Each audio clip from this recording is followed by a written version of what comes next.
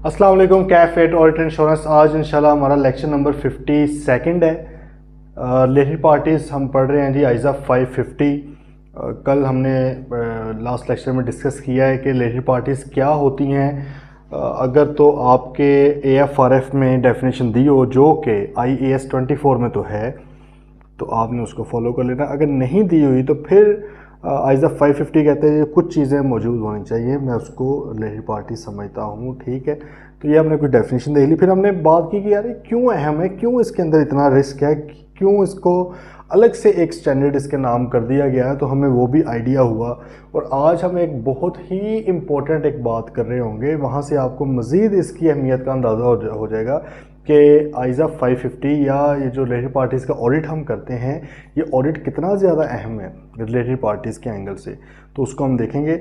आज बढ़ते हैं जी आगे। फिर इंशाल्लाह आइज़ा 550 के ऑब्जेक्टिव्स की अगर हम बात करें तो इसके दो ऑब्जेक्टिव्स हैं। ठीक है, इसके दो ऑब्जेक्टिव्स हैं जी। एक आपका ऑब्जेक्टिव है फर्स्ट एंड सेकंड कर लेते हैं। ठीक है, अच्छा जी, एक आपका ऑब्जेक्टिव है to understand related party, RP लिख रहा हूं, related party RP relationships and transactions.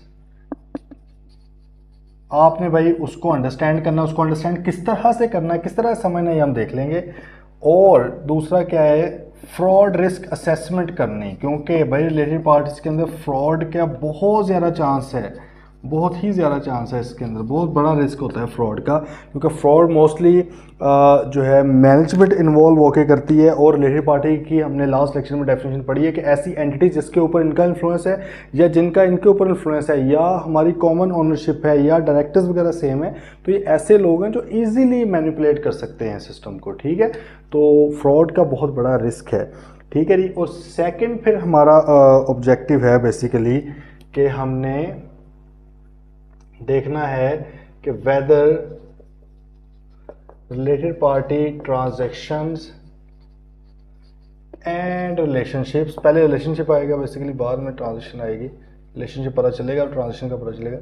Weather related party relationships and transactions have been properly identify हो गए हैं, अकाउंट फॉर हो गए हैं, उनकी काउंटिंग हो गई है जिस तरह भी होनी थी, and disclosed in FS as per relevant AFRF, जो कि हमारे केस में क्या है IAS 24। ठीक है भाई, ये दो ऑब्जेक्टिव हैं। पहला ऑब्जेक्टिव क्या है कि हमने रिलेटेड पार्टी रिलेशनशिप्स की अंडरस्टैंडिंग लेनी है, रिलेटेड पार्टी को समझना है, कौन कौन सी रिलेटेड पार्टी है, उनके साथ ट्रांजेक्शन हैं उनको अंडरस्टैंड करना है, किस तरह से होती हैं, क्या क्या कंट्रोल्स हैं उसके ऊपर। और फ्रॉड रिस्क असेसमेंट करनी है कि इसमें कहीं फ्रॉड तो मौजूद नहीं है, या जो भी रिस्क मौजूद है वो हमने लिख लेना है। फिर जो फर्स्ट ऑब्जेक्टिव्स में रिस्क मिले होंगे, उन्हीं रिस्क के अगेंस्ट हमने देखना है कि भाई क्या वो प्रॉपरली अकाउंट फॉर डिस्क्लोज वगैरह हो चुके हुए हैं, नहीं। तो इसका मतलब है कि दो ऑब्जेक्टिव्स हैं, लेकिन सेकंड ऑब्जेक्टिव डिपेंड कर रहा है फर्स्ट ऑब्जेक्टिव के ऊपर। फर्स्ट में से जो रिस्क मिलेंगे, उन्हीं रिस्क का आगे रिस्पॉन्स हमने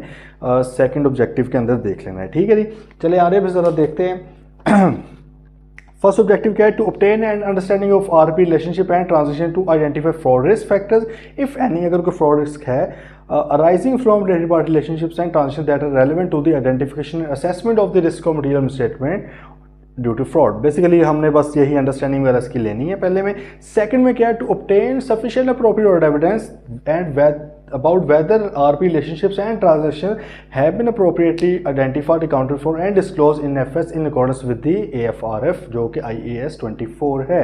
ठीक है, चलिए जी फर्स्ट ऑब्जेक्टिव की बात कर लेते हैं, किस तरह से अंडरस्टैंडिंग लेनी। भाईजान सिंपल बात है कि फाइनेंशियल स्टेटमेंट्स को प्रिपेयर करने की जिम्मेदारी किसकी है, मैनेजमेंट की है।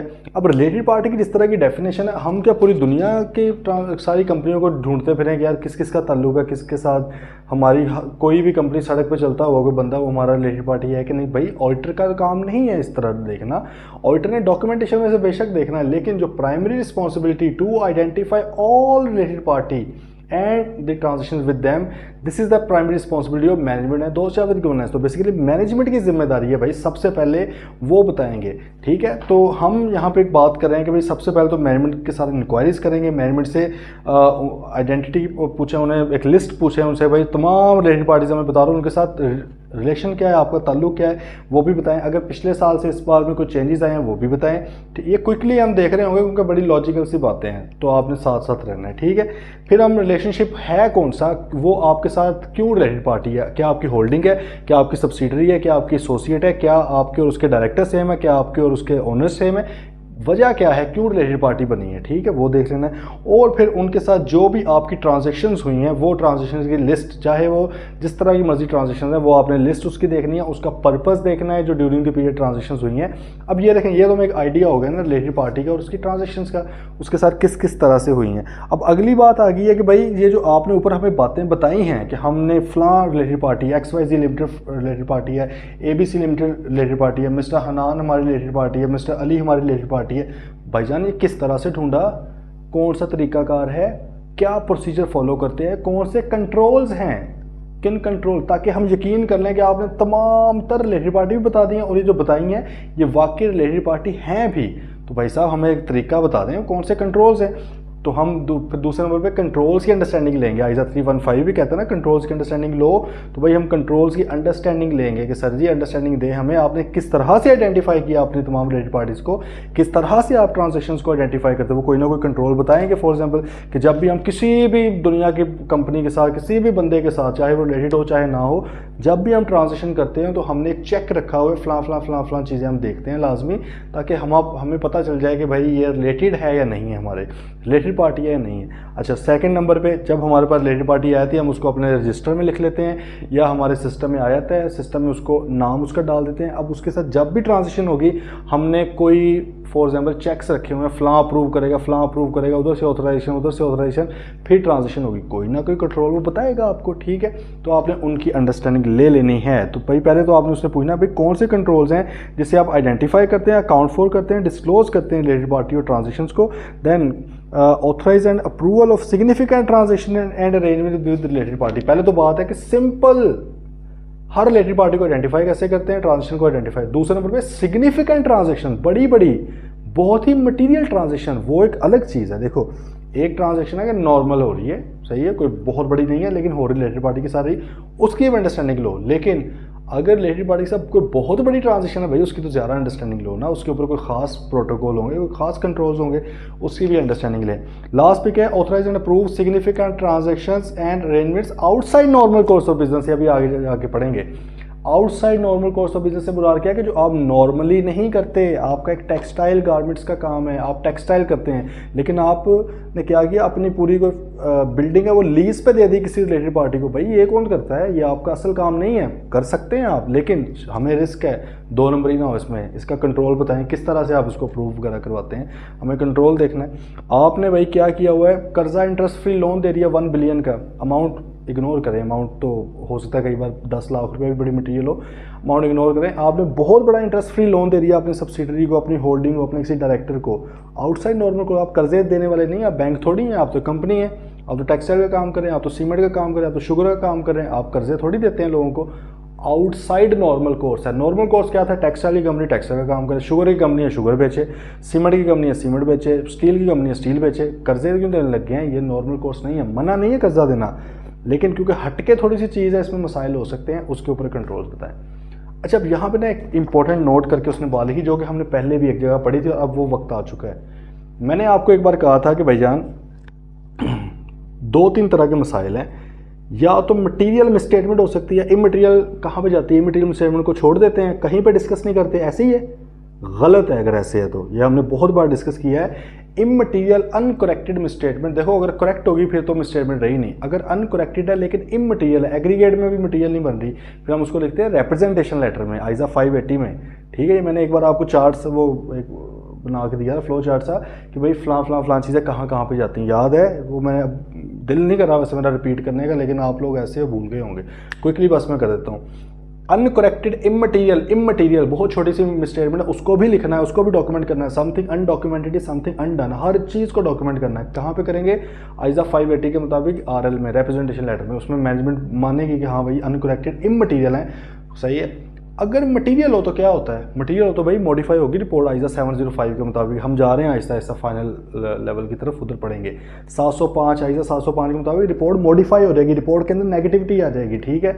स्कोप लिमिटेशन, तीसरी चीज़ स्कोप लिमिटेशन क्या है कि भाई एविडेंस ही नहीं मिला। देखो अगर आपने कहना हो ना कि फाइनेंशियल स्टेटमेंट्स ठीक है, उसका भी एविडेंस चाहिए। अगर आपने कहना है फाइनेंशियल स्टेटमेंट ठीक नहीं है, मटेरियल मिसस्टेटेड है, उसका भी एविडेंस चाहिए।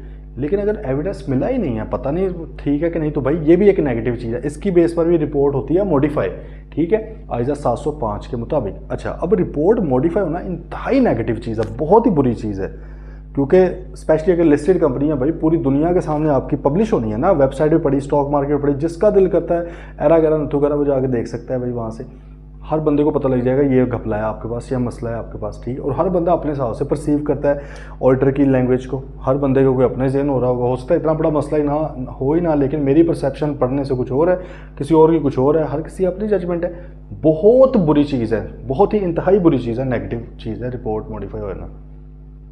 ये 3 चीज़ें दे ली। चौथी चीज़ हमने पढ़ी थी, अगर कंट्रोल डेविएट हो जाए, कंट्रोल की डेविएशन है, कंट्रोल की वीकनेस है, कंट्रोल मौजूद नहीं है, तो रिपोर्ट मॉडिफाई होती है। हमने कहा था नहीं रिपोर्ट नहीं मॉडिफाई होती। होता क्या मैक्सिमम? कंट्रोल वीक है, कंट्रोल रिस्क बढ़ गया, कंट्रोल रिस्क को कम वो देखो कॉम्बिनेशन सारा याद रखना है। कॉम्बिनेशन क्या था?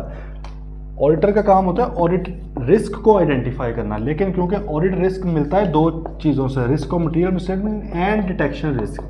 और रिस्क ऑफ मटेरियल स्टेटमेंट जो है ये 2 चीज़ों से मिलता है। कौन कौन से बताएं? Inherent risk and control risk, ठीक है। तो इसका मतलब है कि भाई ये 3 चीज़ें मिलकर क्या बनती हैं? ऑडिट रिस्क बनती हैं। ऑडिटर का रिस्क ये होता है। अब ऑडिटर का फोकस होता है अपने ऑडिट रिस्क के ऊपर। अगर कंट्रोल्स वीक हैं, कंट्रोल रिस्क क्या हो गया? इंक्रीज हो गया। कंट्रोल रिस्क इंक्रीज होने से ऑडिटर रिस्क भी हो गया इंक्रीज। तो ऑडिटर कहते हैं यार मैं इतना रिस्क नहीं इंक्रीज कर सकता, मुझे अपने रिस्क को कम करना पड़ेगा, नीचे घसीट के लाना पड़ेगा।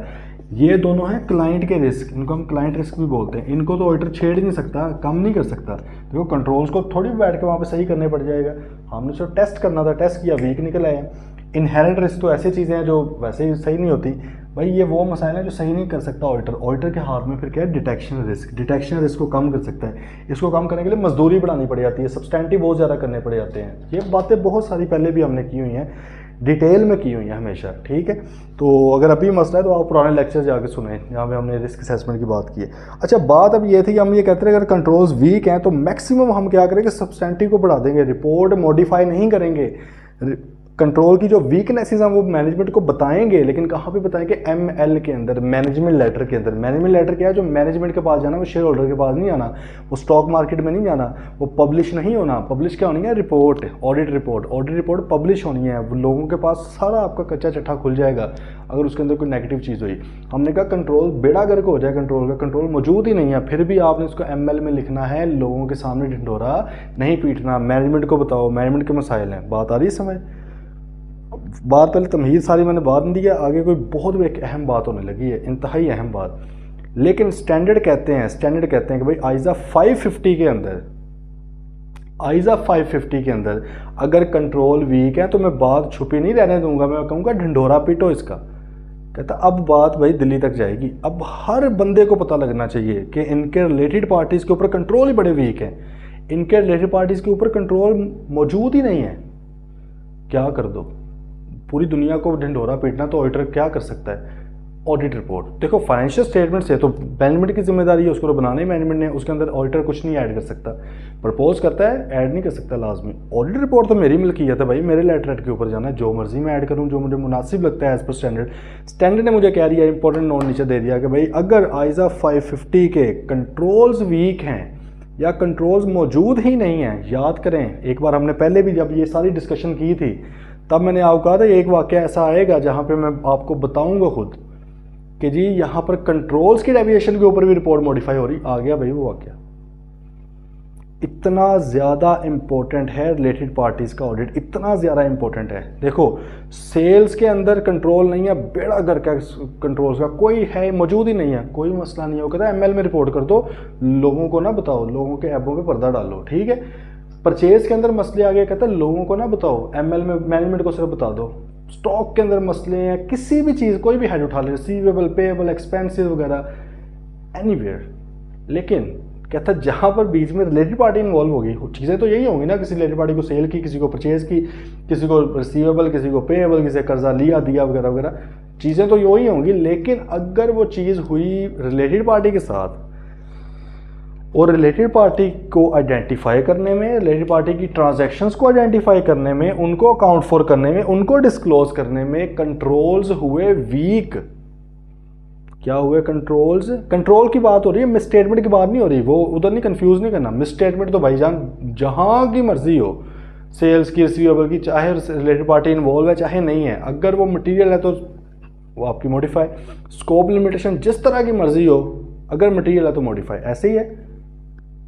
कंट्रोल्स का हमने कहीं पे ऐसा नहीं पढ़ा, हम सिंपल कहते रहे यार हमारी मजदूरी बढ़ जानी है, हमने बड़ा इसका आसान सा एक जवाब रखा हुआ है। कंट्रोल वीक है यार, सब्सटेंटिव ज़्यादा परफॉर्म करो, टीओडी ज़्यादा परफॉर्म करो, एनालिटिकल परफॉर्म करो। कंट्रोल्स तगड़े हैं, बड़ी अच्छी बात है यार, सब्सटेंटिव कम परफॉर्म कर देंगे, हमारा कंट्रोल्स तगड़े हैं, इसका मतलब है कि कंट्रोल रिस्क कम है, कंट्रोल रिस्क कम है तो ऑडिट रिस्क भी कम है, तो हम डिटेक्शन में भी थोड़ा सा खेल सकते हैं, थोड़ा रिस्क ले सकते हैं, ठीक है। तो हमने क्या किया है, सब्सटेंटिव आप कम परफॉर्म कर लो। लेकिन आइजा 550 कहता है भाई अगर रिलेटेड पार्टी के कंट्रोल्स वीक हैं सर, रिपोर्ट मॉडिफाई करो, पूरी दुनिया को बताओ इनका।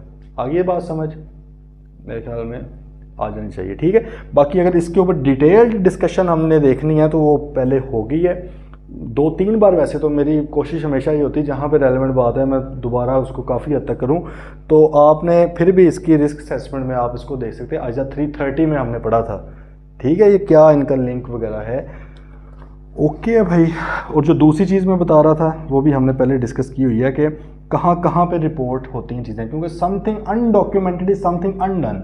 भाई ये तो सिंपल फार्मूला, अगर आपने नहीं डॉक्यूमेंट किया, आपने किया ही नहीं है वो काम, आप कसमें खाई जो मैंने किया है, वो कहेगा भाई डॉक्यूमेंट दिखाओ मुझे, सॉफ्ट में हार्ड में बस। ओके, इंपॉर्टेंट नोट अब पढ़ें। If controls are not present, अगर हैं ही नहीं, मौजूद ही नहीं है कंट्रोल्स, और इनइफेक्टिव, कौन सा कंट्रोल रिलेटेड पार्टी के, then auditor will not be able to obtain sufficient appropriate audit evidence. वो कहता है वो मिल ही नहीं सकता एविडेंस, स्कोप लिमिटेशन लग गई है भाईजान, कंट्रोल्स ही नहीं है, कंट्रोल्स ही नहीं है, स्कोप लिमिटेशन लग गई। उधर वो कहता रहा अगर कंट्रोल्स नहीं है सब्सटेंटिव परफॉर्म करके एविडेंस लो, अगर फिर भी ना मिले फिर जाके स्कोप लिमिटेशन। इधर वो कहता है अगर कंट्रोल्स नहीं है स्कोप लिमिटेशन है। क्यों? क्योंकि रिलेटेड पार्टी मैं बतौर ऑडिटर नहीं ढूंढ सकता सारी, भाई जब तक आप बताएंगे नहीं मैं कैसे ढूंढ लूँ, आपके कंट्रोल्स ही इफेक्टिव नहीं है, आपके कंट्रोल मौजूद ही नहीं है, स्कोप लिमिटेशन है, मुझे एविडेंस नहीं मिल रहा रिलेटेड पार्टी के ऊपर, भाई सीधी सीधी मॉडिफिकेशन। ओके, बात आ गई समझ। अच्छा, फिर हमने क्योंकि अंडरस्टैंडिंग ले ली है भाई, आप खुद ले ली अंडरस्टैंडिंग, जिसने भी लिया है, किसी आमतौर पर जॉब इंचार्ज लेता है, ठीक है, अब उसने पूरी इंगेजमेंट टीम को बताना है। क्यों? क्योंकि रिलेटेड पार्टी हो सकता है कोई बंदा सेल्स का हेड कर रहा है, थोड़ा सा मैकेनिज्म समझ लें, वैसे पहले भी एक बार डिस्कस हुआ है टीम ऑडिट की होती किस तरह। फॉर एग्जांपल टीम बड़ी करके बात करते हैं, वरना एक बंदा भी कई बार बहुत छोटे क्लाइंट को कराता है, कई बार 50-50 लोग भी बहुत मुश्किल से करते हैं। लेट्स से 10 लोगों की टीम है, उसमें से कुछ 3-4 होंगे जूनियर लेवल के लोग, ठीक है, वो भी काम कर रहे होंगे, कुछ 2-3 होंगे सीनियर लेवल के लोग, 1-2 और सीनियर होंगे, और एक जॉब इंचार्ज होता है। जॉब इंचार्ज से मुराद क्या है, जो उस पूरी असाइनमेंट को देख रहा है, और वो कोई और काम नहीं कर रहा होता, किसी और असाइनमेंट के ऊपर नहीं होता, उस वक्त उस असाइनमेंट को देख रहा होता है, उसको जॉब इंचार्ज बोला जाता है। अच्छा, अब जॉब इंचार्ज के ऊपर भी एक कंपनी फर्म का एक बंदा होता है जिसको सुपरवाइजर कह सकते हैं, असिस्टेंट मैनेजर। खैर ये डिपेंड करता है फर्म की हायरार्की कितनी है, हर फर्म की हायरार्की सेम नहीं है। फॉर एग्जांपल हमारी जो हायरार्की है, मैं पार्टनर हूँ, मेरे नीचे सुपरवाइज़र है, सुपरवाइज़र के नीचे स्टाफ है, बस, ठीक है, 3 लेवल में हम ख़त्म कर देते हैं। लेकिन यही कोई बहुत पुरानी फर्म्स हैं, इनके 100 साल 150 साल हो गए, इनके बहुत से क्लाइंट्स हैं, उनमें कई बार ऐसे भी होता है कि जूनियर है, सेमी सीनियर है, सीनियर है, जॉब इंचार्ज है, सुपरवाइज़र है, असिस्टेंट मैनेजर है, फिर ऊपर जाके कहीं पार्टनर आता है, तो ये वेरी करती है। हम एक सादा सी बात कर लेते हैं कि भाई जूनियर है, जूनियर का काम सेमी सीनियर ने देखना है, वो कुछ देखेगा, उसमें से जो उसको अहम चीज़ें लगेगी वो आगे जॉब इंचार्ज को बताएगा। जॉब इंचार्ज भी हर चीज़ नहीं बताएगा सुपरवाइज़र को, छोटी मोटी वो मसाइल खुद रिजॉल्व कर देगा, करेगा, जो ज़्यादा रिस्की मामला है वो सुपरवाइजर को बताएगा। सुपरवाइजर जो है वो और भी क्लाइंट्स देख रहा है, वो ये वाला क्लाइंट भी देख रहा है, उसने उसमें से जो कुछ बातें हैं जो पार्टनर को बता रही है, वो पार्टनर सुपरवाइजर से भी ज़्यादा काम देख रहा होगा। हो सकता है कि 5 सुपरवाइजर हैं, हर कोई 5-5, 6-6, 7-7 क्लाइंट देख रहा है, पार्टनर तो सबका ही है ना, उसने तो हर किसी को देखना है। अगर वो कहेगा मैं इतनी डिटेल में देखूँ जितनी डिटेल में जॉब इंचार्ज ने देखा है, जितनी डिटेल में ट्रेनिंग ने देखा था, तो वो नहीं देख सकता ना, जाहिर है उसके बाद और काम है। वो क्या कहेगा, वो कहेगा यार जो ज़्यादा रिस्की एरिया, इसको हम कहते हैं पार्टनर्स रिव्यू पॉइंट्स में हम उसको बोलते हैं, कि पार्टनर के रिव्यू करने वाली मेन चीज़ें वो देखता है, उसको कंसर्न जहाँ पे होती है। बाकी वो जिसका अपनी जजमेंट है, जहाँ पे उसका मूड है कि भाई फ़लाँ चीज़ मुझे दिखाओ, फ़लाँ चीज़ दिखाओ, वो देख सकता है, ठीक है। अब ये सिस्टम चल रहा होता है। तो भाई देखो, अब एक बंदा है वो एक्सपेंसेस देख रहा है, बस एक बंदा सिर्फ सेल देख रहा है, एक बंदा रिसीवेबल देख रहा है, एक बंदा स्टॉक देख रहा है, हर बंदा डिफरेंट जगहों पे देख रहा है, ठीक है। अब अगर किसी भी शख्स को किसी रिलेटेड पार्टी का पता लगता है, या उसके कंट्रोल्स का पता लगता है, उसकी ट्रांजेक्शन का पता लगता है, उसने भाग के सबको बताना है, क्योंकि हो सकता है बाकियों को ना पता हो, उनके हेड में अभी तक वो चीज़ आई ना हो, उनको इल्म ही ना हो इस चीज़ का। आप उन्हें बताते हो कि भाईजान ये फ़लाँ चीज़ आप पता लगे, ये XYZ लिमिटेड है, हो सकता है कि सेल्स में कोई आपको ट्रांजेक्शन मिल जाए इसके साथ, तो आपने ज़्यादा गौर से देखनी है। हो सकता है एक्सपेंसेस में मिल जाए, तो इसलिए उनको आपने बावर करवाना है, फ़ौरन जाके ख़बरदार कर लेना है कि भाईजान ये रिलेटेड पार्टी है, ठीक है। तो ये आपने भाई उनको बता देना है, ताकि वो थोड़ा प्रोफेशनली स्केप्टिकल होकर भी देखें डॉक्यूमेंट्स वगैरह को, सर्कमस्टांसेस को देखें, जिसमें से मज़ीद रिलेटेड पार्टी भी ढूंढी जा सकती हो, ठीक है जी। तो ये भाई एक सिस्टम है। ऑब्जेक्टिव 2 क्या है? ऑब्जेक्टिव 2 है भाई ऑब्जेक्टिव 1 में से निकला है, क्योंकि हमने जब अपना ऑब्जेक्टिव 1 पूरा कर लिया होगा तो हमारे पास कुछ रिस्क आ गए होंगे, हमें पता, क्योंकि देखें ना यही मकसद है ना, आपने फ्रॉड रिस्क असेसमेंट करनी है, अंडरस्टैंडिंग वगैरह लेके। अब फ्रॉड रिस्क असेसमेंट का मतलब क्या है? बस असेसमेंट कर देंगे? नहीं भाई, फ्रॉड रिस्क भी तो निकले होंगे ना। कहता आमतौर पे ये रिस्क निकलते हैं जो मैं आपको बताने लगा हूँ। अच्छा, अब इसको ना पढ़ने से पहले एक इंतहाई इंपॉर्टेंट बात मैं आपको बता दूँ, इंतहाई इंपॉर्टेंट बात। देखें, ऑडिट के पेपर में रिक्वायरमेंट को पढ़ना बहुत ज़्यादा ज़रूरी है, बहुत ज़्यादा। मेरा मानना ये है कि एग्जीक्यूशन कंटेंट लिखने से कहीं ज़्यादा ज़रूरी रिक्वायरमेंट है, क्योंकि कई बार आपको जवाब आता होता है, रिक्वायरमेंट गलत पढ़ा है, आप 10 सफ़े लिख दें, सारे गलत हैं, 0 नंबर देगा वो आपको। मैं लिटरली बता रहा हूँ, हर पेपर में ऐसे है, हर पेपर में रिक्वायरमेंट ज़रूरी, लेकिन ऑडिट में बहुत ही ज़्यादा, क्योंकि ऑडिट में पता क्या है, थोड़ा सा वो सीन को चेंज करता है ना, पूरे का पूरा आपका जवाब आउट हो जाता है, आप किसी और तरफ निकल जाते हैं। और ऑडिट के अंदर भी अगर मैं आके मज़ीद बात करूं तो भाई रिक्वायरमेंट की इम्पोर्टेंस रिलेटेड पार्टी की ट्रांजैक्शन से ज़्यादा और कहीं पे भी नहीं है, हम अभी पढ़ेंगे। इंतहाई इम्पोर्टेंट रिक्वायरमेंट को समझना। मेरा आपसे मशवरा, आपसे बल्कि रिक्वेस्ट है मेरी, और एडवाइस भी है कि भाई ऑडिट के पेपर में प्लीज़ मान लें ये बात, अपने हाल पर रहम करना है आपने। अभी भी टेस्ट भी देते हैं, उसमें भी देखें आप लोग कई बार कुछ और लिख के निकल आते हैं। क्यों निकल रहे हैं? क्योंकि भाई रिक्वायरमेंट नहीं पढ़ रहे आप। रिक्वायरमेंट पढ़ना बड़ा ज़रूरी है। अब वो टीचर मतलब कि कोई 1000 सवालों की रिक्वायरमेंट थोड़ी आपको समझा सकता है। मैं समझा भी दूंगा, अगला आप करोगे, अगर आपने फिर नहीं रिक्वायरमेंट पढ़ी गौर से तो फिर वो फेल है। तो ये वो चीज़ है जो आपने खुद करनी, जो आपने अपना एटीट्यूड बनाना है ये वाला, कि भाई मैंने कम से कम 3-4 बार रिक्वायरमेंट पढ़नी है। अगर आपको कोई सवाल पहली नज़र में लग रहा है ना मुझे आता है, उसमें स्केप्टिकल हो जाना, उसमें हो सकता है इशू हो, ज़रूरी नहीं कि हो ही, नेगेटिवली नहीं होना, लेकिन पॉजिटिवली स्केप्टिकल हो गए हैं ना कि यार हो सकता है कोई चीज़ ऐसी हो जो मैं मिस कर रहा हूँ। तसल्ली के साथ Urdu, English, Punjabi, what ever you like, उसके अंदर भाई उसको ट्रांसलेट करें, अपने आप को पहले समझा लें कि यार अच्छा ये उसने पूछा है, फिर जाएँ, फिर आप मुझे पूरा यकीन है सही लिखेंगे। मोस्ट ऑफ द स्टूडेंट्स क्यों फेल होते हैं ऑडिट वाले सब्जेक्ट में? रिक्वायरमेंट का कख पता नहीं है, कुछ पूछ रहा है, लिखा कुछ है। अभी हम देखेंगे कितना फ़र्क आएगा। अच्छा, अब वो कह रहा है कि भाई सेकंड ऑब्जेक्टिव में हमने बेसिकली क्या करना, कुछ रिस्क हमने देखने होते हैं। तो हम यहाँ पे ये लिख सकते हैं जी, फॉर एग्जांपल रिस्क, और ये सारे रिस्क ऐसे होंगे, आप इससे मुत्तफिक भी हो सकते हैं, होंगे बल्कि, risk related to related party, वाह, रिगार्डिंग रिलेटेड पार्टी लिख लें, related to related party, relationships. Related party का रिलेशनशिप तो एक अलग मसला है ना, कि भाई सारी आइडेंटिफाई भी हुई है कि नहीं। अगला बड़ा मसला गया एंड ट्रांजेक्शंस, उनके साथ जो ट्रांजेक्शंस हुई हैं क्या वो सही तरह हुई हैं कि नहीं हुई। ये कौन कौन से रिस्क हैं भाई, ये हमारी है इम्पोर्टेंट बात, ठीक है। पहला रिस्क उसने, अच्छा ये तरतीब नहीं है, उसने बस इस तरह लिख लिया। तो जैसे कि एक रिस्क क्या है, आर पी मतलब related party relationships,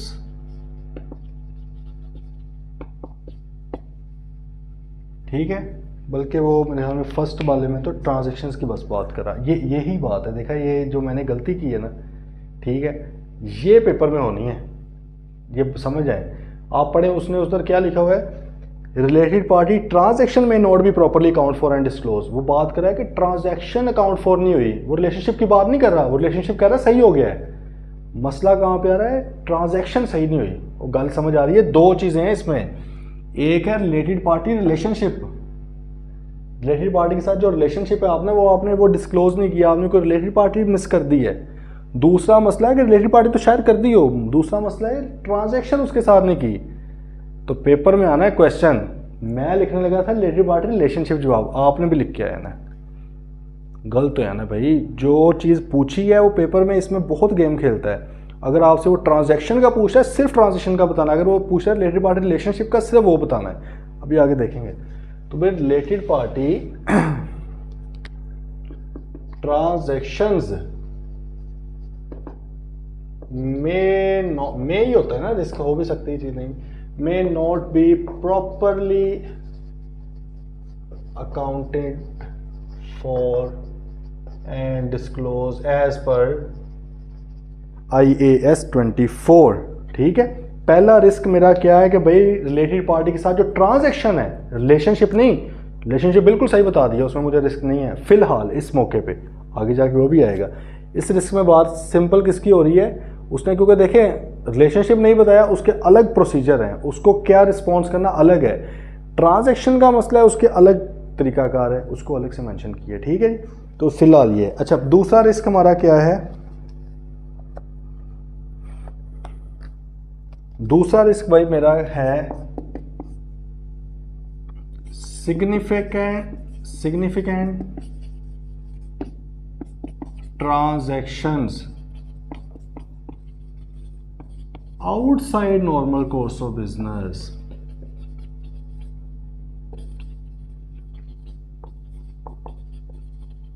with related party। भाई रिलेटेड पार्टी के साथ आपने outside normal course of business वाली ट्रांजेक्शन की। अब आपने कहना सर ये भी तो ट्रांजेक्शन ही की है, भाई इधर वो दूसरों की सादा ट्रांजेक्शन की बात कर रहा है। रिक्वायरमेंट मैं बता रहा हूँ इंतहाई इंपॉर्टेंट है, समझ के चलना है। इधर वो बता रहा है कि आम कोई भी ट्रांजेक्शन जो नॉर्मल कोर्स की ट्रांजेक्शन, इधर वो कह रहा है कि भाई आपने ट्रांजेक्शन की है रिलेटेड पार्टी के साथ, लेकिन वो outside normal course of business है। वो क्या है, आउटसाइड नॉर्मल, आम तौर पे आप नहीं काम कर रहे होते, ये जो अभी पीछे हम बात कर रहे थे, ठीक है। इसकी एग्जांपल भी अभी वो देगा। ये रिस्क है भाई, अगर ये वाला रिस्क है तो इसमें ही असल फड्डे होते हैं। Outside normal course of business, normal course वाली के अंदर तो बड़ा इजीली मिल जाती है चीज़ें, आउटसाइड कुछ अलग सा आप कर रहे हैं रिलेटेड पार्टी के साथ, या कई बार आप अलग कर रहे हैं, पता ही नहीं है कि वो रिलेटेड पार्टी भी आया नहीं, ऑडिटर ने खुद ढूंढना होता है। आमतौर पे आप अलग हरकत सिर्फ रिलेटेड पार्टी के साथ ही करते हैं। बात आई समझ।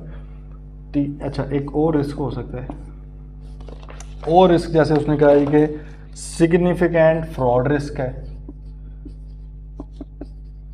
फ्रॉड का रिस्क है जी, कोई भी ट्रांजेक्शन है चाहे वो ये या ये है, लेकिन उसमें सिग्निफिकेंट फ्रॉड रिस्क है। अच्छा, फिर आपका क्या हो सकता है जी, ट्रांजैक्शन, ये बात है समझ नहीं है, विद आरपी में नॉट हैव बीन आइडेंटिफाइड। किसने करना था आइडेंटिफाई, मैनेजमेंट की जिम्मेदारी है, हमारी नहीं है जिम्मेदारी, मेन रिस्पॉन्सिबिलिटी मैनेजमेंट की है। may not have been identified or disclosed by entity या मैनेजमेंट। अब इसमें और पहले वाले में क्या फ़र्क है बताओ ज़रा। ये पेपर में क्वेश्चन आना है, जो रिस्पॉन्सेज आके लिखे हैं आपको यही बताने पड़ेंगे, रट्टा नहीं मारना, लॉजिकली समझेंगे समझ आ जाएगी, ठीक है, लेकिन रिक्वायरमेंट समझें। इधर वो कह रहा है कि रिलेटेड पार्टी के साथ जो ट्रांजेक्शन हुई है वो प्रॉपरली अकाउंट फॉर नहीं की, उसकी अकाउंटिंग सही नहीं है, उसका डिस्क्लोजर सही नहीं है। इधर क्या है, ट्रांजैक्शन विद रिलेटेड पार्टी में नॉट हैव बीन आइडेंटिफाइड और डिस्क्लोज। भाई ट्रांजैक्शन ही आइडेंटिफाई नहीं हुई, इधर ये मसला नहीं है ट्रांजैक्शन आइडेंटिफाई हुआ है, ट्रांजैक्शन आइडेंटिफाई हो गई है, आगे IAS 24 के मुताबिक ट्रीटमेंट नहीं हुआ, यहाँ पे मसला ट्रांजैक्शन ही आइडेंटिफाई नहीं हुई। बात आ रही है समझ? ठीक है, इधर ट्रांजैक्शन भी आइडेंटिफाइड है, रिलेटेड पार्टी भी आइडेंटिफाइड है, मसला है कि वो ट्रांजैक्शन सही तरह अकाउंट फॉर नहीं की गई। यहाँ पे मसला है रिलेटेड पार्टी आइडेंटिफाइड है, रिलेटेड पार्टी रिलेशनशिप का मसला नहीं है, पूरे इसमें रिलेशनशिप नहीं उसने लिखा, रिलेशनशिप का मसला नहीं है, रिलेशनशिप पता लग गया है, ट्रांजैक्शन नहीं पता बताई एंटिटी ने कि फलां फलां हो सकता है 100 ट्रांजेक्शन हुई हो, 90 बताई है, 10 बताई नहीं है। अब क्या करना है आगे? आगे जी आइडेंटिफिकेशन ऑफ प्रीवियसली का मतलब मैनेजमेंट ने नहीं की, मतलब जब मैनेजमेंट ने करनी थी, प्रीवियसली अनआइडेंटिफाइड और अनडिस्क्लोज्ड आरपी अनआइडेंटिफाइड और अनडिस्क्लोज्ड आरपी और सिग्निफिकेंट आरपी ट्रांजैक्शन। बात जरा समझे,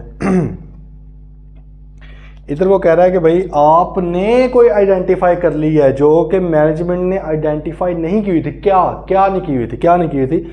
मैनेजमेंट ने कोई रिलेटेड पार्टी थी वो आपको नहीं बताई थी, आपने ढूंढ ली है। मैनेजमेंट ने कोई सिग्निफिकेंट रिलेटेड पार्टी ट्रांजैक्शन, कोई बड़ी ट्रांजैक्शन, सिग्निफिकेंट ट्रांजैक्शन मैनेजमेंट ने नहीं बताई थी, आपने ढूंढ ली है। अब क्या करना है?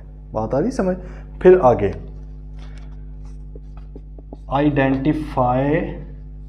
Identified significant transaction outside normal course of business.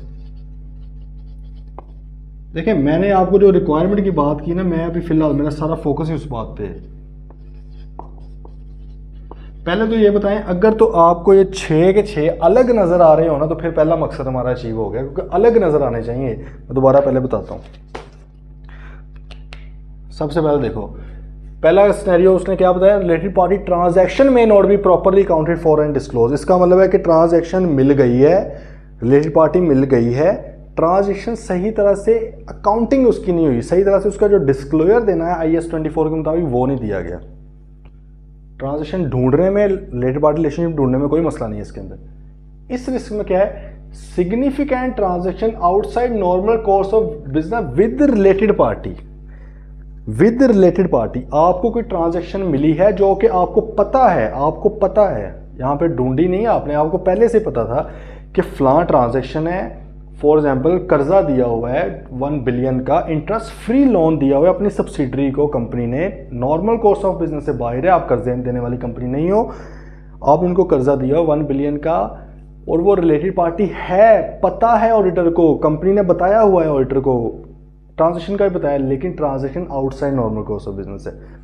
अब इसको कंपेयर करें लास्ट वाले के साथ, identified significant transaction outside normal course of business. आपने खुद कोई ट्रांजैक्शन देखी है जो outside normal course of business है। इसमें कहीं पूरी लाइन में रिलेटेड पार्टी वर्ड नजर आ रहा है, भाई बड़े गौर से बात समझनी है, पूरी लाइन में रिलेटेड पार्टी नजर आ रहा है। इधर हमने क्या बोला है, हमने कहा कि जी रिलेटेड पार्टी के साथ कोई outside normal course of business की ट्रांजैक्शन की हुई है, आपको पता है कि ये रिलेटेड पार्टी के साथ हुई है, ठीक है, outside normal course of business की। इधर क्या है, सिंपल कोई ट्रांजैक्शन देखी आपने, सिग्निफिकेंट भी है और outside normal course of business भी है, आपको अभी नहीं पता कि इसमें रिलेटेड पार्टी है या रिलेटेड पार्टी नहीं है। गल है ये समझ? यहाँ पे आपको पता था ये रिलेटेड पार्टी के साथ ट्रांजैक्शन हो रही है, इधर कुछ और करेंगे outside normal course of business की, इधर भी outside normal course of business है लेकिन आपको पता नहीं है। तो सिंपल है भाई, आइजा 550 रिलेटेड पार्टी पढ़ रहे हैं, उसमें अगर हम ये चीज़ डाल रहे हैं तो फिर मकसद क्या होगा, लब्बो यार कि रिलेटेड पार्टी नहीं है बिच, समझ रहे बात? इधर क्या था, बता दिया गया आपको कि सर ये आउटसाइड नॉर्मल कोर्स, आउटसाइड आपको खुद नजर आ गया, उन्होंने तो एक ट्रांजैक्शन बताई कि जी ये ट्रांजैक्शन, आपने कहा यार ये तो outside normal course of business है और हुई भी रिलेटेड पार्टी के साथ। इधर आप क्या करोगे, हम पढ़ लेते हैं। इधर क्या है जी, आपको कोई outside normal course of business की ट्रांजैक्शन नजर आ गया, आपको नजर आ गया सेल एंड लीज बैक हुआ है, आपको नहीं पता अभी कि किसके साथ हुआ है। अब आप उसकी डिटेल में जाओगे तो पता लगेगा रिलेटेड पार्टी के साथ हुआ है। अगर तो पता लग गया, मतलब अगर तो रिलेटेड पार्टी के साथ है तो फिर हम आइजा 550 अप्लाई करें। अगर पता लग गया अब चीज़ इधर से निकल के इधर शिफ्ट हो जाएगी, अब वो क्या बन जाएगी, significant transaction outside normal course of business with related party. फिर इसके प्रोसीजर भी फॉलो करेंगे, पहले इसका करेंगे, अगर पता नहीं है अभी तक पहले इसका ढूंढ ली रिलेटेड पार्टी के साथ ट्रांजेक्शन, अब उधर जाके शिफ्ट हो, इसलिए बड़ा ज़रूरी है। ये फ्रॉड रिस्क सिंपल, ये क्या है, ट्रांजेक्शन विद रिलेटेड पार्टी में नॉट हैव बीन आइडेंटिफाइड। इसका मतलब है कि ये इसमें और इसमें क्या फ़र्क है, उधर ट्रांजेक्शन मिल गई थी, रिलेटेड पार्टी रिलेशनशिप मिल गया था, अकाउंट फॉर सही नहीं हो, इधर ट्रांजेक्शन ही नहीं मिली यार, अब क्या करें। ये क्या था, रिलेटेड पार्टी ही पहले आपने डिस्क्लोज नहीं की हुई थी, या कोई सिग्निफिकेंट ट्रांजेक्शन थी वो डिस्क्लोज नहीं की हुई थी, आपने ढूंढी है, शक तो पड़ेगा भाई। अब इसके प्रोसीजर हो लो, तो भाई ये पहला बुनियादी नुक्ता तो हमारा ये था, हमें समझ आनी चाहिए चीज़ें कि डिफरेंट क्यों है, ठीक है। और पेपर में उसने इसमें से कोई सिनेरियो पूछना है और आपने उधर फिर फुल टाइम कंफ्यूज हो है ना, अगर इसकी प्रैक्टिस नहीं है, अगर इसका कॉन्सेप्ट हमारा सही बिल्ड नहीं हुआ, ठीक है। मुफ्त के मार्क्स चले हैं तो आ जाए जी ज़रा। सबसे पहला रिस्क उसने कहा कि भाई related party transaction RP transaction may not be properly accounted for. अपने आप के जज्बात को कंट्रोल करके, बिल्कुल कंट्रोल करके सिर्फ फोकस करना है रिक्वायरमेंट के ऊपर। कैमरामैन फोकस, ठीक है, आपने फोकस करना है किसके ऊपर, सिर्फ और सिर्फ रिक्वायरमेंट के ऊपर। रिक्वायरमेंट क्या है, ये कोई मसला नहीं है, रिलेटेड पार्टी नहीं मिली, वो मसला ही नहीं है भाई, इधर रहना है, इनको भूल जाओ, आंखें बंद कर लो, ये नहीं एग्जिस्ट करता, पेज रख लो उसके ऊपर। मसला सिर्फ है कि भाई ट्रांजेक्शन को अकाउंट फॉर नहीं किया गया, तो भाईजान देख लेते हैं, इसको रिस्पॉन्स करना है बस।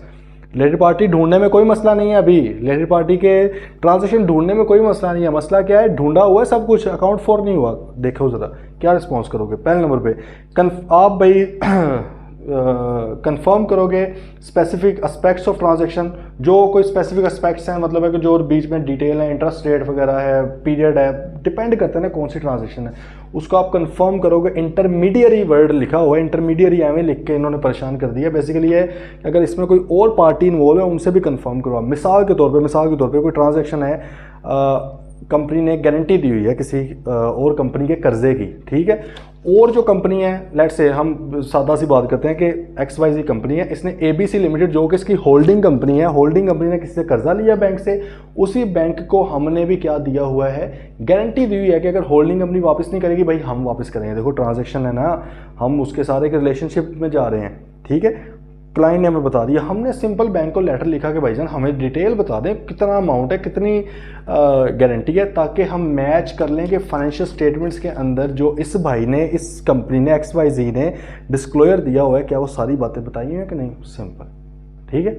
तो हम बैंक से लीगल एडवाइज़र वगैरह, हो सकता है कि ये बात आ जाए कि यार किसी केस के अंदर इन्होंने कोई सिक्योरिटी रखवाई हुई है, कोई ये कहा हुआ है कि अगर डायरेक्टर हमारा केस लड़ेगा, डायरेक्टर भी रिलेटेड पार्टी है, ठीक है, तो जो भी इसका खर्चा होगा हम पे करेंगे, तो हम कहेंगे यार लीगल एडवाइज़र से कंफर्म कर लें ज़रा ये बातें, ठीक है, तो उधर से भी हो जाएंगे। बात आइए समझ, ऑलरेडी बताई हुई ट्रांजैक्शन को देखना है कि वो सही तरह अकाउंट फॉर हुई है कि नहीं। फिर जैसे उसने कहा स्पेसिफिक टर्म्स वगैरह को आप कंफर्म कर सकते हैं रिलेटेड पार्टी के साथ, और अगर रिलेटेड पार्टी जो है आपकी, उसकी वो कोई कंपनी है और उसकी फाइनेंशियल स्टेटमेंट्स भी अवेलेबल हैं, तो उधर भी जाके देख लो भाई कि जैसे इन्होंने लेट्स से इधर लिखा हुआ है हमने 1 बिलियन का कर्जा दिया है, डिस्क्लोज किया इंटरेस्ट फ्री लोन, तो भाई जिनको दिया है अगर उनकी फाइनेंशियल स्टेटमेंट्स मौजूद हैं, अवेलेबल हैं, या वो लिस्टेड कंपनी है तो पब्लिश्ड हैं, तो उधर जाके देखो उन्होंने भी लिखा है कि लिया है या नहीं लिखा हुआ, ठीक है, चेक करें इनकंसिस्टेंसी तो नहीं। बात आ गई समझ। दूसरा सिनेरियो क्या है, आइजा 315 के मुताबिक भाई outside normal course of business की जो ट्रांजैक्शन होती है उसमें बहुत बड़ा एक सिग्निफिकेंट रिस्क होता है, क्योंकि outside normal course of business आमतौर पे आप हटके अपने से काम नहीं ना करते, तो अगर आप कर रहे हैं और उसमें अगर रिलेटेड पार्टी इन्वॉल्व है, बहुत बड़ा रिस्क है कि वो ट्रांजैक्शन सही तरह से अकाउंट फॉर भी नहीं की गई होगी, सही तरह से डिस्क्लोज भी नहीं की गई होगी, मैनेजमेंट ने ओवरराइड भी किया होगा, फ्रॉड का भी रिस्क होगा, ठीक है। अब उसमें कुछ एग्जांपल्स दिए हैं तो पेपर में क्वेश्चन आ सकते हैं, outside normal course of business की एग्जांपल दे, जैसे कि उसने कहा कॉम्प्लेक्स एक्विटी एक्विटी का मतलब पता है ना, शेयर्स वगैरह इन्वेस्ट करना, खरीदना। भाई मैंने आप में शेयर्स खरीदे हैं, मुझे किसी ने पैसे दिए, उसे किसी ने पैसे दिए, उसे किसी ने पैसे दिए, मैं XYZ लिमिटेड, मैंने ABC लिमिटेड में इन्वेस्ट किया, ABC लिमिटेड ने किसी और कंपनी में, उसने किसी फॉरेन कंपनी में, फॉरेन कंपनी वाले ने किसी और मुल्क के अंदर कर करा के कॉम्प्लेक्स सी ट्रांजेक्शन बना दी है। तो अब हमारा काम इस तरह की ट्रांजैक्शन करना थोड़ी है, हम तो भाई एक शुगर मिल रहा है, हमारा तो काम तो चीनी बेचना है, तो हम अगर इस तरह ही कर रहे हैं, this is outside normal course of business, ठीक है। फिर इस तरह उसने कहा कि लीजिंग वगैरह की कोई है इस तरह की कि आप आमतौर पर नहीं करते, या बहुत बड़े बड़े डिस्काउंट्स दिए हुए हैं, या कोई रेपो ट्रांजेक्शन होती है, रीपरचेज, मतलब कि आज आपको मैं बेच रहा हूँ कल खरीद लूँगा, आमतौर पे आप नहीं ये काम करते। तो ये चीज़ें जो हैं इस तरह की अगर वो कहता है हो रहे हैं मामला, तो outside normal course of business है। अब ऑल्टर ने क्या करना है, अगर उसको कोई outside normal course of business वाली मिले जिसमें रिलेटेड पार्टी इन्वॉल्व है, देखो यहाँ पे हमें आउटसाइड नॉर्मल कोर्स की ट्रांजेक्शन मिली, अभी हमें पता नहीं है रिलेटेड पार्टी इन्वॉल्व है, इधर हमें पता है कि रिलेटेड पार्टी इन्वॉल्व है। अब हमने क्या करना है, कहता है भाईजान सिंपल है कि पहले तो उसके कॉन्ट्रैक्ट्स वगैरह मंगवाएं। आउटसाइड नॉर्मल कोर्स है, आमतौर पे आप नहीं करते। देखो आप एक शुगर बेच रहे हो, वो पहले भी बेच रहे हैं, आपको पता है कि इसी तरह से बिकती है, यही प्रोसेस है, एक थोड़ा उसमें रिस्क कम है। आउटसाइड नॉर्मल कोर्स है, और हो सकता है कोई ऐसी ट्रांजेक्शन है कि ऑडिटर को खुद नहीं पता कि ये ट्रांजेक्शन क्या होती है, उसका कमर्शियल सेंस क्या है, तो भाई उसके डॉक्यूमेंट्स मंगवाएं, बिजनेस रैशनल देखें, अक्ल क्या मान रही है कि इस तरह की ट्रांजेक्शन होनी चाहिए, अगर तो मान रही है तो ठीक है, ठीक है, उसका ज़रा उसको कंसीडर करें कि उसके इकोनॉमिक्स क्या कहते हैं, उसका सब्सटेंस ओवर फॉर्म क्या है चीज़ों का। सब्सटेंस ओवर फॉर्म एक बार हमने डिटेल में डिस्कस किया हुआ था, बार बार ऑब्वियसली चीज़ रिपीट तो नहीं करनी, सिलेबस में एंड करना है। तो आप उसकी देखेंगे कि उसके अंदर जो टर्म्स ऑफ कंडीशंस लिखी हुई हैं, ये टर्म्स एंड कंडीशंस जो हैं ट्रांजेक्शंस की, जो कॉन्ट्रैक्ट्स के अंदर बातें मेंशन है, मैनेजमेंट से इंक्वायरी भी करें कि आप मैच कर रही हैं बातें, इनकंसिस्टेंसी वगैरह तो नहीं है, ये चीज़ों को थोड़ा सा आप देख लें। फिर वो कहते हैं बिजनेस रैशनल को किस तरह, बिजनेस रैशनल का मतलब है कि कमर्शियल सेंस बन रही है, कोई बंदा आम एक अकल वाला बंदा वो ये इस तरह की ट्रांजेक्शन करेगा, वो किस तरह से देखा जा सकता है। वो कहता है उसके लिए आमतौर पे आप देखेंगे कि ट्रांजेक्शन को बहुत ज़्यादा कॉम्प्लेक्स तो नहीं है, आम बंदा बहुत कॉम्प्लेक्स ट्रांजेक्शन नहीं करता, क्योंकि उसके अंदर लीगल निटिग्रिटीज़ भी आती हैं, कोई बड़े मामला आते हैं, एक बंदे को नहीं पता होता, तो इसको ज़रा समझें। फिर देखें कोई अनयूजल टर्म्स तो नहीं है, कोई लॉजिक नज़र आ रहा है उसमें चीज़ में, इस तरह की आप थोड़ा सा उसमें देखने की कोशिश करें। फिर भाई आपने मैनेजमेंट या 2-4 विद गवर्नेंस के साथ भी डिस्कस करें कि क्या मैनेजमेंट ने 2-4 विद गवर्नेंस को बताई हुई है, ये ट्रांजेक्शन उनके साथ डिस्कस्ड है, ठीक है। अब अगर मैनेजमेंट फॉर एग्जांपल किसी पर्टिकुलर अकाउंटिंग ट्रीटमेंट, वो कहते हैं हमने यही अकाउंटिंग ट्रीटमेंट करनी है, जिद पकड़ के बैठ गई है मैनेजमेंट, शक पड़ेगा उधर वे जिद्दी क्यों हो गए, मतलब क्या। फॉर एग्जांपल हमने सब्सटेंस ओवर फॉर्म की भी बात की है पहले, किसी दौर में मैंने आपको बताया था कि अगर एक कंपनी अपने डायरेक्टर से लोन, डायरेक्टर रिलेटेड पार्टी है ना, तो ये एग्जांपल रेलेवेंट हो जाएगी, रिलेटेड पार्टी से 1 बिलियन का लोन लिया है, कंपनी ने डायरेक्टर से 1 बिलियन का लोन लिया, and that loan is interest free, for example interest free है वो, सही है, और वापस भी होना है डिस्क्रिशन ऑफ कंपनी, कंपनी का जब दिल करेगा, तो भाई जब मेरा दिल करेगा मैंने पैसे वापस करने हैं, ऐसे पैसे को क्या बोलते हैं, इक्विटी पैसा, इक्विटी के ऊपर इंटरेस्ट तो नहीं चार्ज होता, ठीक है। अब इसी सब्सटेंस को समझते हुए, शक्ल तो कर्जे की है लेकिन सब्सटेंस, उसका जो कंटेंट है, उसका जो मवाद है, वो ये कह रहा है कि यार ये कर्जा नहीं है। ICAP ने एक TR32 टेक्निकल रिलीज 32 जारी की थी। ICAP ने कहा यार इसकी जो कमर्शियल सेंस है ना, वो लोन वाली नहीं बन रही, इसकी जो शक्ल लोन वाली लग नहीं रही, इसको हम इक्विटी कहेंगे। आप इक्विटी कह सकते हो, आपको ऑप्शन दे रही है। अब देखिए एक बड़ा फेवरेबल ऑप्शन दे रही है, क्योंकि जो IFRS है अकाउंटिंग स्टैंडर्ड, वो क्या कहते हैं पहले वो समझ लें। अकाउंटिंग स्टैंडर्ड ये कहते हैं भाई चाहे इंटरेस्ट हो, फॉर में 15% इंटरेस्ट है, आपने भाई अपने फाइनेंशियल स्टेटमेंट्स में P&L में 15% इंटरेस्ट एक्सपेंस शो कर देना, और पेबल वगैरह या पेमेंट शो कर देनी है, ये वो कहता है। स्टैंडर्ड कहता है कि भाई, ICAP नहीं कहता, स्टैंडर्ड ये कहता है कि अगर इंटरेस्ट फ्री लोन भी हुआ, इंटरेस्ट नहीं दे रहे, फिर भी आपने लाजमी तौर पे इंटरेस्ट एक्सपेंस चार्ज करना है कि भाई मैंने इसको देने हैं पैसे, हालांकि आपने देने नहीं है उसको असल में, बिल्कुल वो आपसे लेगा भी नहीं, क्योंकि उसने कहना भाई मेरा तो कॉन्ट्रैक्ट है, ये तो आपका अकाउंटिंग ट्रीटमेंट है, जो मर्जी करो, मेरा तो कॉन्ट्रैक्ट है इंटरेस्ट फ्री लोन का, तो पेमेंट मुझे आपने नहीं करनी, बात कर रहे हो फॉलो या नहीं। लेकिन स्टैंडर्ड कहता है कि भाई आपने फिर भी मार्केट रेट के हिसाब से चार्ज करते रहना, जब तक कि सारे पैसे आप वापस नहीं करते। जब वापस कर देंगे पैसे, फिर आप इसको अदर इनकम में डाल दें कि यार नहीं हमने वापस नहीं किए इंटरेस्ट। बात समझ रहे हैं। अब कंपनी है, देखो एक लॉजिकल एक सेंस वाली कंपनी क्या करेगी यार कि इसको इक्विटी शो करो, क्यों हमने फजूल में एक चीज़ करी, यानी जो हमने असल में देने ही नहीं है पैसे। लेकिन अगर फॉर एग्जांपल कंपनी, आप वाली कंपनी ये हरकत करती, नहीं हमने लिया इंटरेस्ट फ्री है, देना भी अपनी डिस्क्रिप्शन पे है, लेकिन हम इसका इंटरेस्ट चार्ज करेंगे। अब देखो अकाउंटिंग ट्रीटमेंट में मसला नहीं है, बहुत अच्छा जो स्टैंडर्ड कह रहे हैं वही वो कर रहा है ना, गल कर रहे हो फॉलो या नहीं, आपने अकल ज़रा यूज़ करनी वहाँ पे।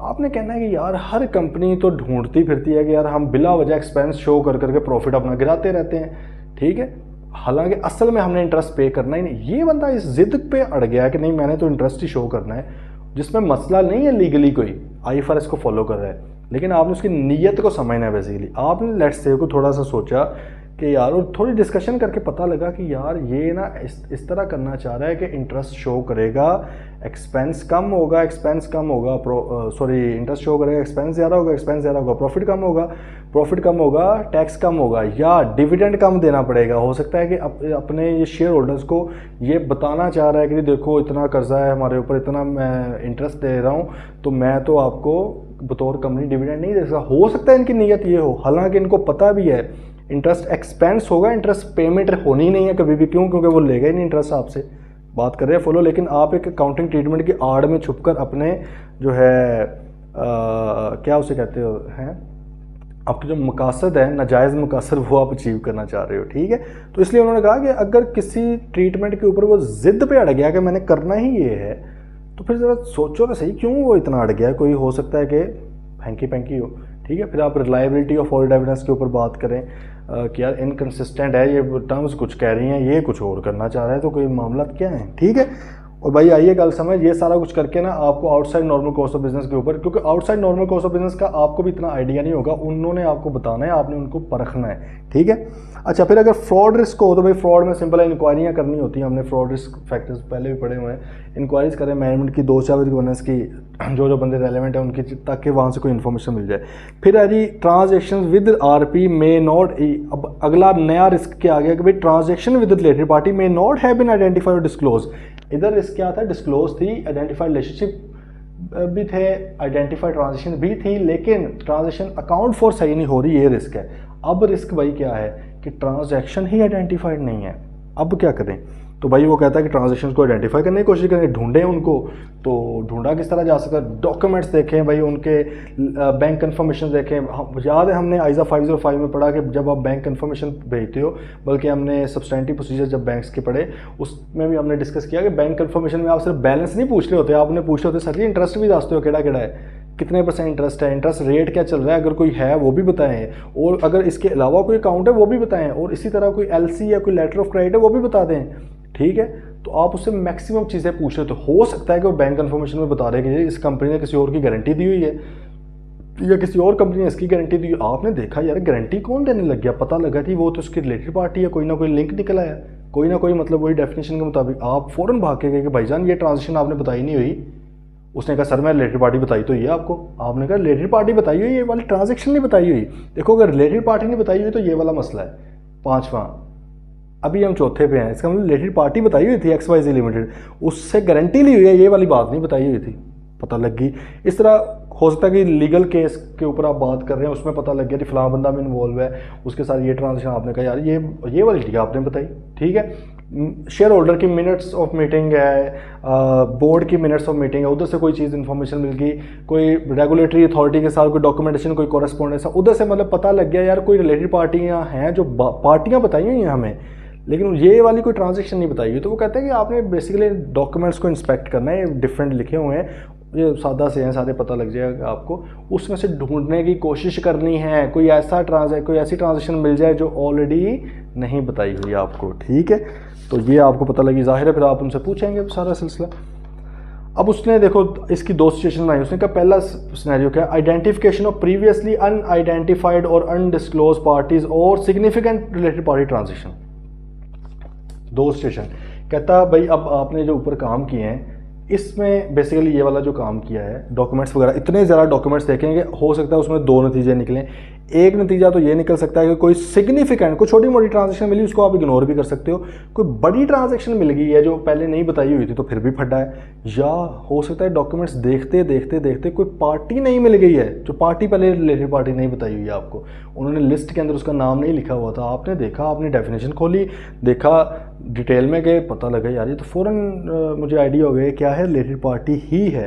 तो वो कहता है कि अगर तो आपको नई रिलेटेड पार्टी पता लग जाए या कुछ सिग्निफिकेंट ट्रांजेक्शन, छोटी मोटी को इग्नोर करो, कुछ सिग्निफिकेंट ट्रांजेक्शन जो उसने पहले नहीं बताई थी वो मिल गई है, तो अब क्या करना भाई, पहले सबसे पहले भाग के जाके एंगेजमेंट टीम को बता दो, फ़ौरन जाके बताओगे सर जी बाकी सारी टीम को कि ये बंदे ये इस तरह की ट्रांजैक्शन पहले इन्होंने नहीं बताई थी, हमें लगता है इन्होंने और भी छुपाई होंगी, आप थोड़ा और स्केप्टिकल हो ना। देखें हम सिर्फ वहाँ पे ऑडिट रिलेटेड पार्टी का ऑडिट करने नहीं गए, सिर्फ इनका ऑडिट नहीं करने के, लेकिन स्केप्टिकल होना है। इसलिए कहते हैं कि, इसलिए तो उसने कहा कि अगर कंट्रोल्स वीक है तो भाई मॉडिफाई कर दो। क्यों? क्योंकि रिलेटेड पार्टी रिस्की बहुत ज़्यादा है, लेकिन हम अपने 3 महीने सिर्फ रिलेटेड पार्टी पे थोड़ी लगा सकते हैं, हम तो आप पे डिपेंड कर रहे हैं।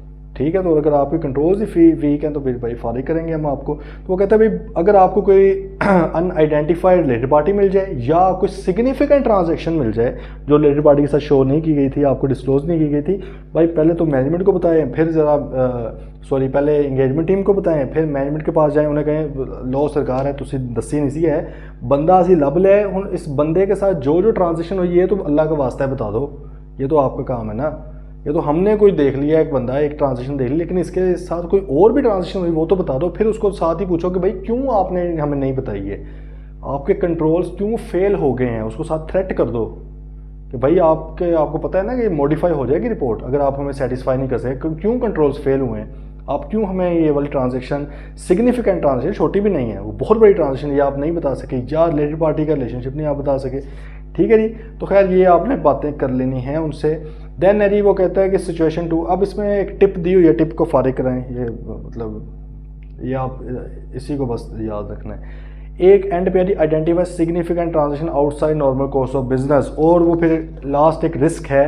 क्या रिस्क है कि भाई अगर आपने यही देखो, ये आप देख रहे थे, ये इंस्पेक्शन कर रहे थे ना आप डॉक्यूमेंट्स की, आपको इतने हज़ारों डॉक्यूमेंट्स देख रहे हैं, कोई छोटा मोटे डिफरेंट तरह के, उसमें आपको कोई इस तरह की ट्रांजेक्शन कोई नॉर्मल कोर्स ऑफ बिजनेस से बाहर की नज़र आ गई, आपको नज़र आ गया यार इन्होंने कोई फॉरेन इन्वेस्टमेंट की हुई है, या इन्होंने कोई मर्जर किया, कोई एक्विजिशन की है, इन्होंने कोई एक्विटी ट्रांजेक्शन बड़ी कॉम्प्लेक्स किस्म की है, कोई लीज़ के एग्रीमेंट्स हैं, कोई नॉर्मल कोर्स ऑफ बिजनेस से बाहर की चीज़ें हैं। देखो लीज़ हमेशा नॉर्मल कोर्स से बाहर नहीं है, अगर आपको काम ही लीज़ है पे देना फिर तो नहीं है। नॉर्मल कोर्स से बाहर का मेरे ख्याल में समझ गए होंगे, जो आमतौर पे कंपनी वो वाला काम नहीं कर रही होती। ठीक है, टेक्सटाइल वाली कंपनी वो टेक्सटाइल का काम मेन करती है, वो दूसरे इस तरह की चीज़ें नहीं करती, उसके लिए outside normal course of business है। तो भाई अगर आपको मिल गई या नॉर्मल कोर्स ऑफ बिजनेस, अब आपने क्या करना, पहले तो उसकी ट्रांजेक्शन को समझे, उसकी नेचर को समझे, उसके कॉन्ट्रैक्ट को इंस्पेक्ट करें, अंडरस्टैंडिंग लें। दूसरे नंबर पे फिर अब देखें इसमें कहीं रिलेटेड पार्टी तो इन्वॉल्व नहीं है। अगर रिलेटेड पार्टी इसमें इन्वॉल्व है तो पहले तो भाई ये देख लें कि क्या ये वाली रिलेटेड पार्टी और इसकी ये जो ट्रांजेक्शन थी बताई हुई है कंपनी ने आपको। अगर तो भाई बताई हुई है तो आप उसी हिसाब से ये वाला फिर हो सकता है आपका रिस्क अकाउंट फॉर नहीं इसके कर देंगे। अगर बताई भी नहीं हुई तो पहले तो उनके से इसके ऊपर फटा करें ना, भाई बताया क्यों नहीं था आपने। बात आ रही है समझ कि उन्होंने आपको बताई नहीं थी। अच्छा खैर, अब आपको पता लगी है रिलेटेड पार्टी है तो फिर इसके मुताबिक आपने जो प्रोसीजर है ये भी फॉलो कर देने हैं। ठीक है, तो बेसिकली देखें, आपने देखना है कि क्या उन्होंने पहले आपको बताया था, बताया हुआ था तो सिंपल जो आपने प्रोसेस करना होता है वो कर लें। सिर्फ बताना काफ़ी नहीं है ना, आगे भी तो है ना चीज़ें। ठीक है, अकाउंट फॉर उनका सही हुआ। दूसरा मसला है कि बताया ही नहीं है तो फिर उसके कंट्रोल्स पे सवाल उठ जाएंगे। ठीक है, तो ये चीज़ें थी जी आपकी जो रिस्क हैं बेसिकली। बाकी कल इंशाल्लाह आगे चलेंगे। देखें इसको ना बड़ा रिक्वायरमेंट को समझना बड़ा ज़रूरी है, तो प्लीज़ ज़रा ठीक है तसल्ली के साथ, किसी भी तरह की कोई भी कन्फ्यूजन हो तो वो आपने पूछ लेनी। मिलते हैं फिर इंशाल्लाह कल। टिल देन टेक केयर, अल्लाह हाफिज़।